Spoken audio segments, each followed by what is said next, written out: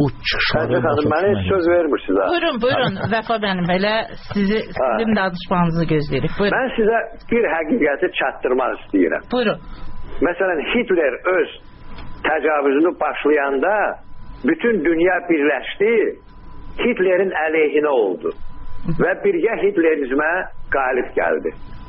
Amma indi bu Qarabağ məsələsində ermənilərin törətdiyi Hitlerin törətdiklərindən qat-qat pisdir. Qat-qat artıqdır. Baxın görün, Hitler Ukraynanı zəbt etdi, Belarusiyanı zəbt etdi, ondan sonra Rusiyanın bir çox yerlərini zəbt etdi.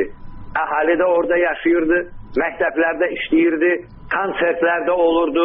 İndi məlum oldu ki, Leşenko məşhur orada konsert verdi. Ondan sonra 48-ci ildə bunu KGB bilib onu güllələdi. Yəni ölkə Hitlerin deməli işğalı altında normal işləyirdi. Adi insanlara heç bir pislik olunmurdu Hitlerin vaxtında. Hətta Yahudilər Almaniyanın özündə qırılmırdılar. Yalnız Hitler müharibə başlayandan sonra işğal olunmuş ərazilərdə Yahudilərə qarşı aksiyalar başladı. Amma bu yəni ermənilər bizə qarşı Hitlerdən qat-qat artıq pis münasibət bəzləyiblər. Bizim bütün ərazilərimizi yerlə yeksan eləyiblər. Bir dənə Azərbaycanlı gedib işğal altında öz evində yaşaya bilmir. Bunun hamısına Qərb, Amerika, Avropa hamısı göz yumubdur.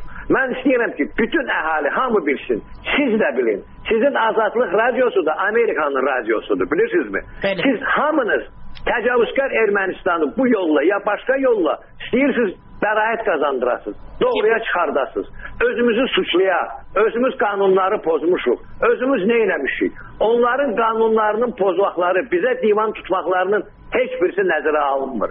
Heç birisində tədbir görünmür. Amma Azərbaycan daima suçludur. Ona görə mən Eldar müəllim, siz bilin ki 5 ildən də, 10 ildən də sonra bizim günahımız bir olacaqdır. Müsəlman, bir də ki Türk. Vəfa müəllim, zaten bizim efirdə siz rəyinizi söylürsünüz və Azadlıq Radiosunun hər hansı bir mövqeyi yoxdur ortalıqda. Siz rəyinizi söylürsünüz, sizi dəvət etmişik. Dövlət Departamentinin bir qismisiz də. Biz Dövlət Departamentinin bir qismi deyilik. ABŞ Kongresi maliyyələşdirir. ABŞ Kongresi də Dövlət Departamentindən oyanadır. Heç olmasa Dövlət Departamentində erməni lobbisi yoxdur, kokası yoxdur. Amma ABŞ Kongresində erməni kokası var. Amma Azərbaycan kokası da var və biz Kongresdən heç bir göstəriş almırıq.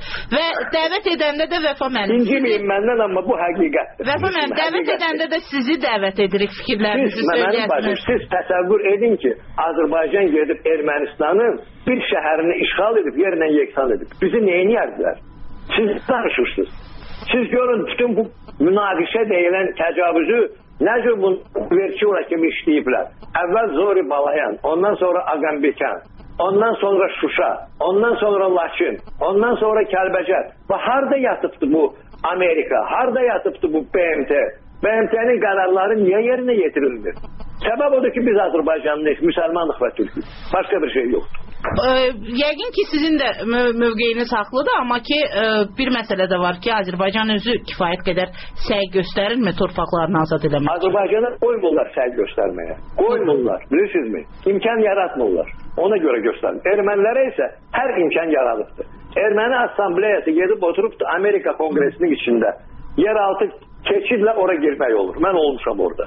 Aydındır. Amma ki bizim orada heç bir imkanımız yoxdur. Türkiyə boyda ölkə, o boyda lobbisi var.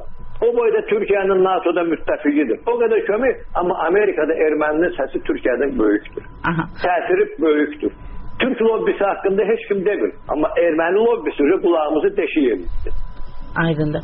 Eldar müəllim, siz nə düşünürsünüz? Azərbaycan özü imkanlardan istifadə edibmi? Əlində olan imkanlardan?